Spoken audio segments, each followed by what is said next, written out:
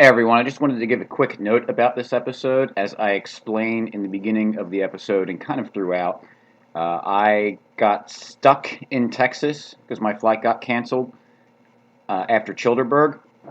And so I didn't have my normal equipment to record the podcast, so I'm recording directly into my laptop.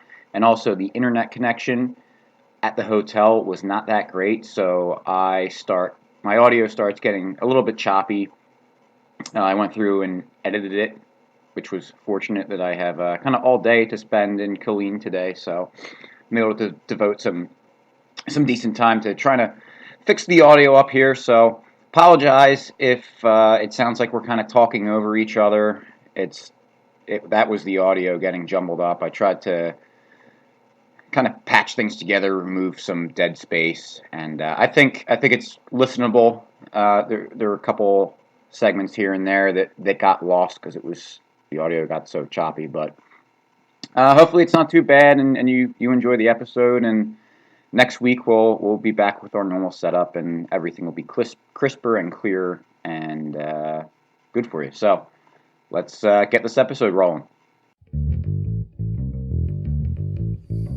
Hello and welcome to episode 148 of the Rollo and Slappy Show. Today is June 9th, 2019, but we will be releasing this on June 10th, 2019. I am Rollo McFlugel, and with me is Slappy Jones 2, and we are both from McFlugel.com. The show notes page for this episode is McFlugel.com/148. where you'll be able to find links to the things we talk about, as well as ways to check out our sponsor, which is LibertyMugs.com, and also to check out some other interesting things like Pay, which is a cashback thing for your credit cards where you can earn Bitcoin. I've done it. It works. It's pretty cool. And before we get into this episode, I am stuck in Killeen, Texas tonight. My flight got canceled. I was at Childerberg this weekend and had an absolute blast. It was awesome. You got to go to Chili Dose if you were not able to attend Childerberg. But there was a big thunderstorm that rolled through, so my flight got canceled. Long story short, I can't fly out of this city until tomorrow afternoon. So apologies if my audio isn't what it normally is. I don't have a microphone. So that's that. And also, I said it's June 10th, actually. No, wait. I still have my computer's clock hasn't changed. So it's still June 9th where you are, Slappy, right? For another half hour. Okay. Yeah, so I couldn't have bent the truth and said it was June 10th in your time zone, because I'm an hour behind you. Correct. Something else I wanted to say about before we got into stuff, other than, I don't know, talk about Childerberg for a minute. But, Jacob from Tasting Anarchy really hit it out of the ballpark. I think there were about 30 people that showed up, and everyone had an absolute blast. Weather was awesome. It was very, very hot, but in the shade, it was nice, and everyone was awesome. There was not a single person there that didn't fit into just like the chill kind of temperament, well, which is what we were looking for. Everyone got along if you can't great. spot the sucker. Yeah. So I don't know what you meant there. That's a poker saying. If you sit at a table, you can't spot the sucker, you are the sucker. Ah, okay. You see? Yeah, I've been killing my time this evening at the at one of the hotel bars, so I may not be where my mental state should be. So so before I say anything else dumb. Yeah, so no, the only point of me saying that is no one there was a problem to you because you were the problem. Right. Exactly. So good. I'm sure you had your fruitcake. Oh yeah, I want to say that. So what we did was we had I did a 50-50 for actually. Before we get into this, let me. I realize I don't have headphones. cattywampus and out of whack. So I don't know if there's any like back talk with speakers picking up the microphone. So I'm untangling headphones and putting them in now. But yeah, I'm glad you brought up the fruitcake because that's an important thing. So as I'm stalling while I'm fumbling around here, and headphones are in. Okay, I hear you, Slappy. Good. Okay, so yeah, so for I brought a fruitcake, and if you saw on Twitter, I was advertising that we were doing a 50-50, that if you could guess the weight, or whoever came close to guessing the weight of the fruitcake, would split the 50-50 money. Sorry, man. Let me take a step back to explain this, not like a lunatic. So I was doing a 50-50, where half the money would go to the winner, and the other half would go to freeing Ross Ulbricht, donating to that cause, that whoever could get the closest to guessing the weight of the fruitcake. And we raised, I think, $70. Good. Was in the pot, and a lot of people participated, but in the end, it was Mason from Tasting Anarchy won. He guessed 2 pounds 6 ounces, and the fruitcake was 2 pounds 9 1/8 ounce. So he was the closest. And hats off to Mason because he donated his winnings back to Ross Ulbricht, and so all of that money is able to go to that cause, which is really awesome of him and really awesome of everyone who participated. And you know what? Also, it was pretty great about it was there are now new fans of fruitcake, including Car Campit, who is dead against fruitcake, has still not eaten the fruitcake I sent him, but actually admitting to liking the fruitcake that I made and he ate. I did a deal with him too. He ate fruitcake and I drank LaCroix Franzia with ice. Good. And I didn't taste any of the I need to wait. I won't believe that till I hear it from Carr. He was out in the wilderness with you. You'd be sleeping. Anything could happen. Just tell him you like the fruitcake. He'll leave you alone. He was my camp buddy too. Yeah, that's what I'm saying. That's not, you have ample opportunity to do something horrible. He might lie, but there are plenty of witnesses. Okay. Plenty of witnesses. Well, so now that you're in a cult, what happens? Are you really in a hotel in Killeen, or are you doing whatever cult members do? Can you tell us any of this? I can neither confirm nor deny any of those accusations. Fair enough. Yeah, so you might want to stop asking questions if you know what's good for you. Yeah. But no, it's great because now that every single person survived, Childerberg won, so that creates a false sense of security for all the new people that come to Chili Dose. There you go. And that's where we execute the actual plan. Okay. So, what are we talking about today? Today's episode. Now that we're kind of winging it.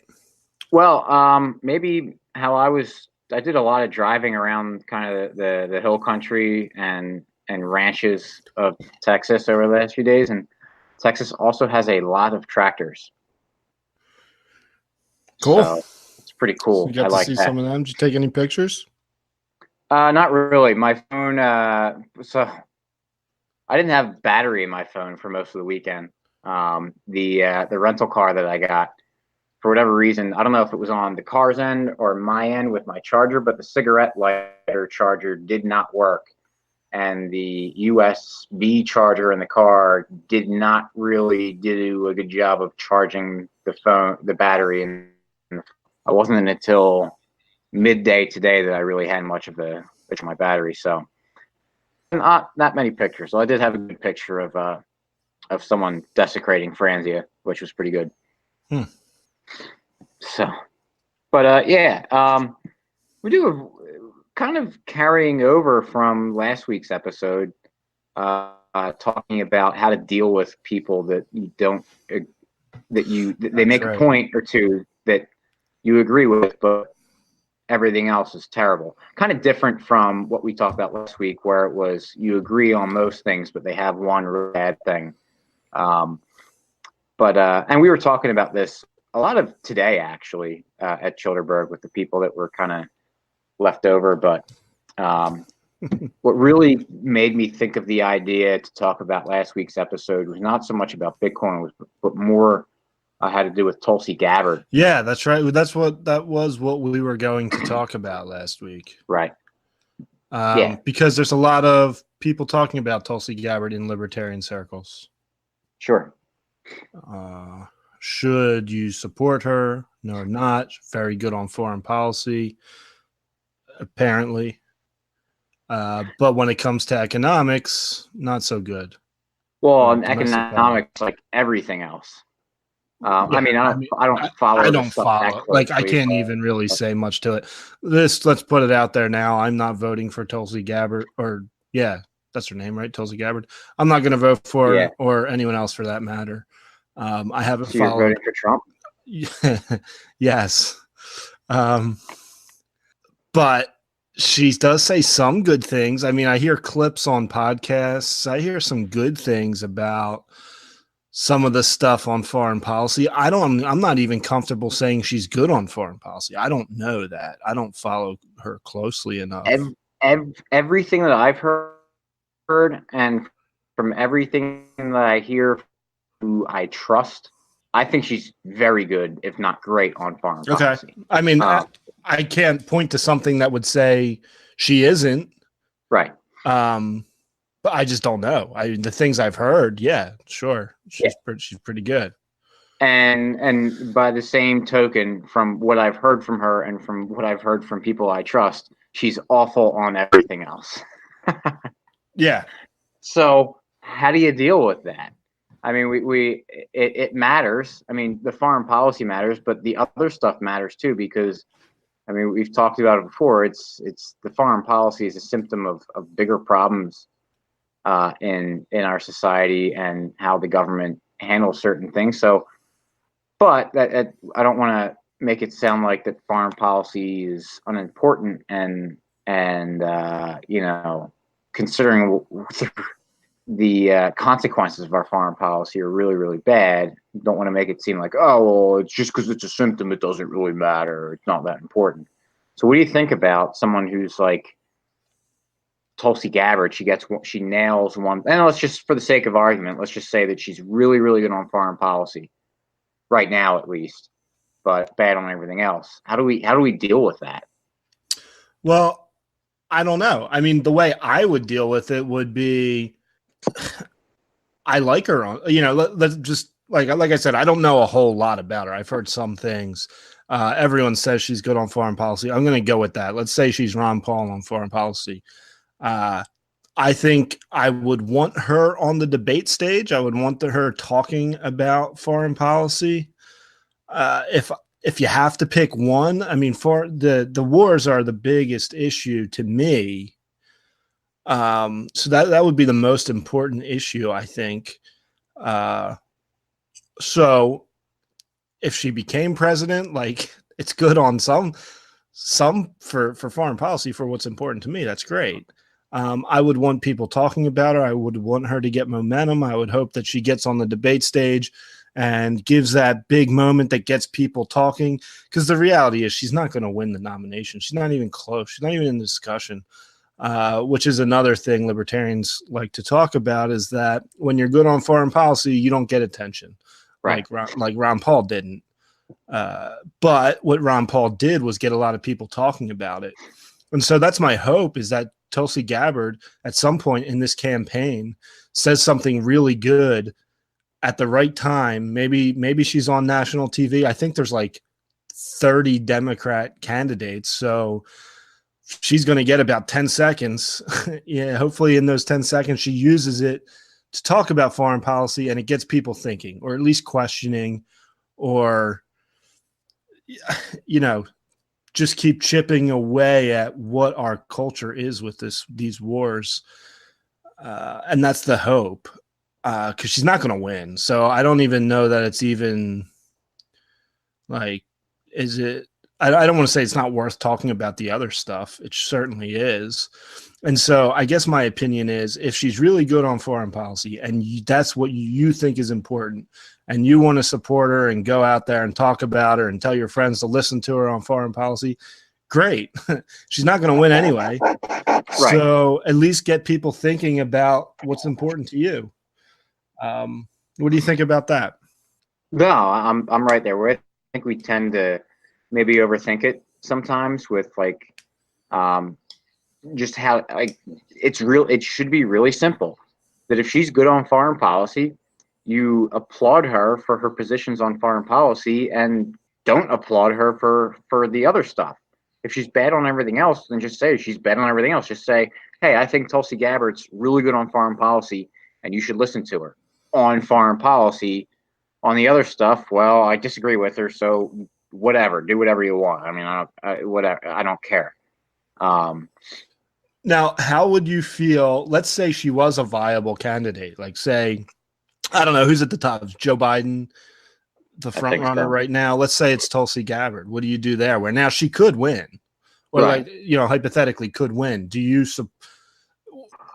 What I was trying to say earlier is she doesn't have a shot at winning, so I don't care what. Like, who cares? Well, the thing. That's why I really want people to not be afraid to applaud her foreign policy stuff, because we don't have to consider a situation where she does become president and be like, oh, what happens when she turns her back on her on candidate Gabbard and turns into President Gabbard and does all sorts of nasty stuff. If that happens, I mean, I don't want to act like or accuse her of well, if she's like any other president ever, then yeah. Yeah. I mean, she does, to give a little bit of, throw her a bone and give her some credit, the way she talks about it, it does seem like she does understand it, and it is coming from something other than just, like a Trump or Obama populism thing.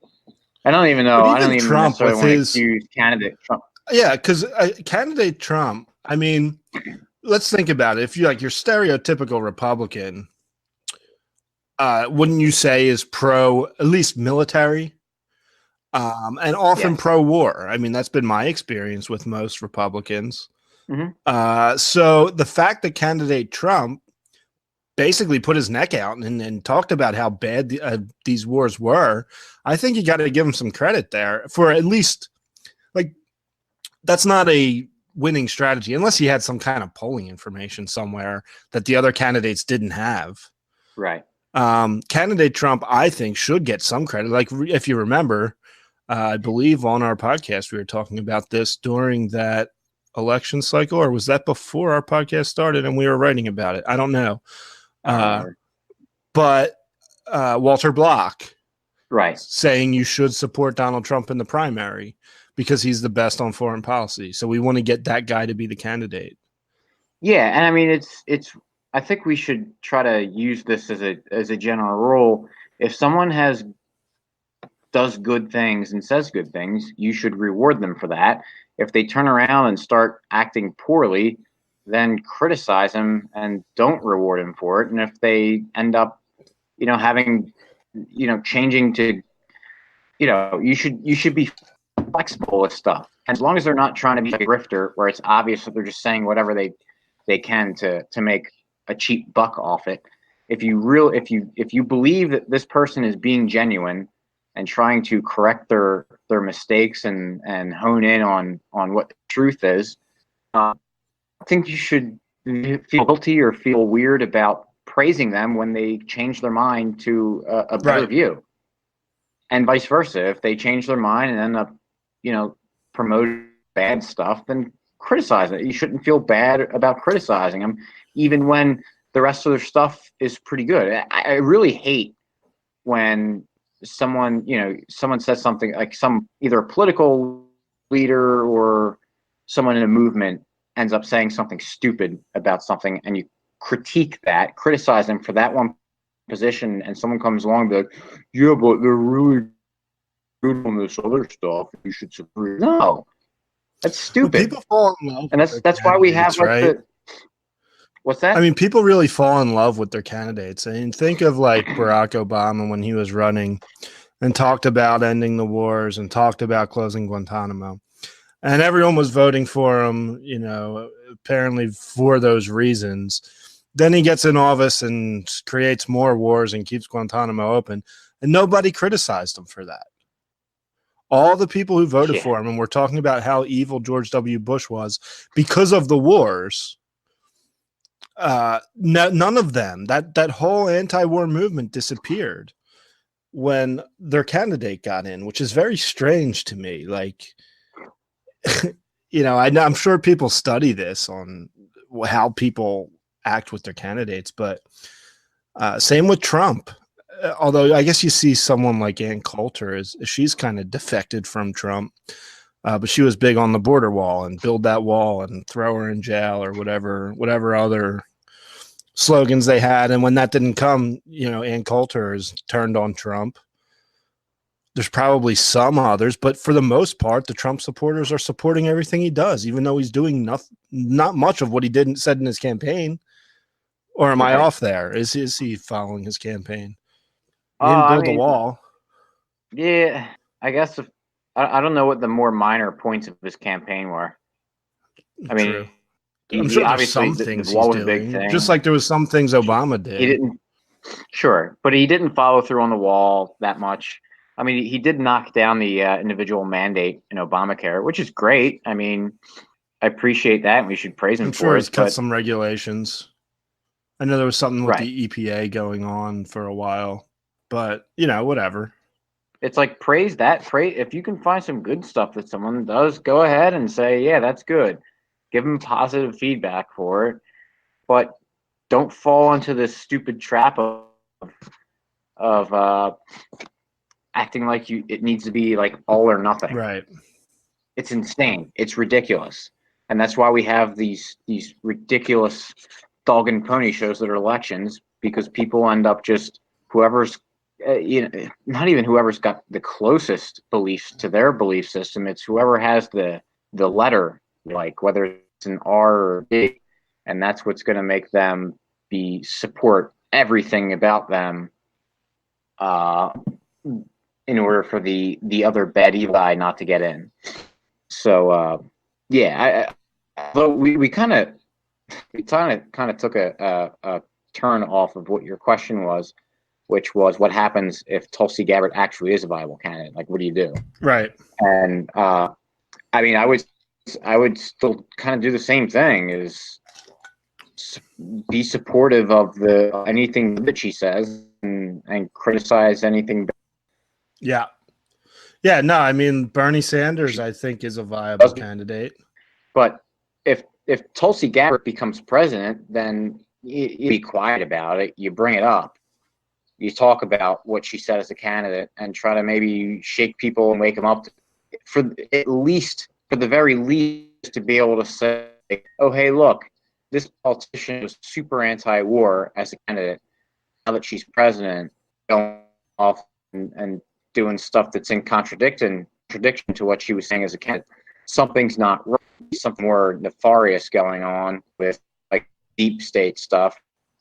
And that's not to say that that's what Tulsi Gabbard would end up doing. Well, it's just for the sake of argument. One thing I think is kind of important, and maybe part of the reason. Now, it's true that all these anti-war candidates don't get attention, but I do think if people believe that or wanted that anti-war position, they would get a little more attention. I don't think a majority, just like when Ron Paul was running, your typical Republican would say he's a little crazy on foreign policy. I used to hear that all the time. Ron Paul's crazy on foreign policy. They don't understand it, obviously, but if they did, maybe they wouldn't think he's crazy. So part of the reason these candidates have no shot, I think, is because the country doesn't really care. Right. And maybe it's because they don't understand. I mean, but yeah, no, you're right. There's certainly people who don't want them to get attention. Yeah, I think that's what provides there's not enough that people care about it, so they can just do it with impunity. I mean, they have to get some opinion. If most people in the country cared what Ron Paul's message was and were supportive of him, they couldn't just literally ignore Right. it. But, most people didn't care about him, so Exactly. they could get away with it. So it just goes to show you that, like, politics is stacked up against us. And so that's why, well, I think it's interesting to talk about this stuff. I don't care to use the political tools to solve any of these problems. Right. And that's how I feel. But it would be very good. That said, it would be very good to have someone like Tulsi Gabbard talk about the horrors and ridiculousness of our foreign policy. So I am very supportive of getting her on the debate stage. And whatever happens after that, whatever, I'm not holding my breath. But just, I think it's good to get the message out there, to get it on some ears might hear it otherwise, and then just see what happens. I don't want to change the world or anything, but I think it could help push things a little further along. You never know who's going to hear it. You never know it's going to make sense to. Yeah, I mean, hopefully she's can make some waves and only in foreign policy and none of the bad stuff that she believes in. Right. And I do think, like, that is kind of what it seems to be that she's building her campaign around. I've seen a few ads. I know Dave Smith talked about one of her ads, and so I Googled some of them. And pretty much every ad I see is about foreign policy. So hopefully when she gets her chance on the debate, is she on the debate stage? I don't even know. There's like a million candidates running. But if she gets any attention, hopefully that's what she's talking about. And hopefully some people hear it and it makes sense to them, and you slowly bring along more people. And so I think it's good she's in the race. I think it's good or okay or whatever you want to do to support her, to give her attention. I don't think we really need to worry about her winning. Is my opinion. Right. My final answer. Yeah, the only thing that's going to be frustrating is that, you talk about our foreign policy and it's good. And like I think we said last week that people take that as a endorsement of every single thing you ever said in your entire life and will say in the future. Yeah, but, you just got to ignore that. Right. You just got to, those people are going to be there. You just kind of laugh at them, say, no, that's insane. And move on. Right. That's kind of all I had to say about it. Do you have anything else you wanted to add? No, I think that's good. We got that in because that's what we wanted to talk about last week. Yep. So for your success story, Slappy, because I do. I know we didn't talk about it, but okay. I have one. I could have one. I can save it for another week. Sure, or whatever, or you can add it on or whatever. But I think this is a relevant one in the Childerberg theme. So when I flew out of Philadelphia to fly into Texas, Childerberg, I flew American Airlines, and when I was going to my gate, I was looking for my gate. I knew what it was based on my boarding pass, but I was looking around. I was like, well, it has a sign for it, but I just see a restaurant there, not the normal gate. And so I was kind of confused. And I walked past it looking for it. Maybe I missed it. Maybe I didn't understand where the sign and everything. And then I walked back, I couldn't find it, realized, quasi restaurant. They changed it around. It's not just like a bunch of benches and seats and everything now. They actually have a restaurant and like tables, and they have, power outlets, also like a touchpad where you can either play games, order food, or order drinks. And so you just if you want to hang out there and have a meal or have a drink, you can just hit the touchpad and order your stuff and pay for it, and someone will bring it over for you. So a nice little perk for your waiting for your flight. I thought it was pretty neat, instead of just the kind of dreary, drabby, sit on these benches and wait for your flight and good stuff. So it seems like I'm breaking up again. Yes, I can't really hear you. Hopefully recording grabs it and it's not all choppy. Yeah, hopefully we have an episode. Yeah, we're doing this the night before because I'm not flying back into Philly until late tomorrow night, and by the time I get home, it might it would not be easy to record an episode. No. I'll just say that. So So let's wrap this up. And the show notes page again for this episode is mcflugel.com/148.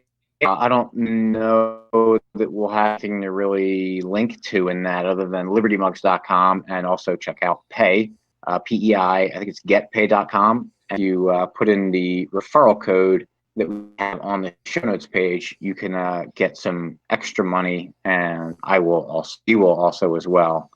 And so it's a nice little perk for each of us. So it's a great way to earn Bitcoin for things that you purchases that you already make. So I recommend it, and ask me any questions you have. I've been using it for a little bit, and I did get a payout in Bitcoin, so it does absolutely work. All right, so I think we covered everything we need to. Childerberg was awesome. So we'll see you at Chili Dose. And thanks for listening, and we'll catch you next week. Peace.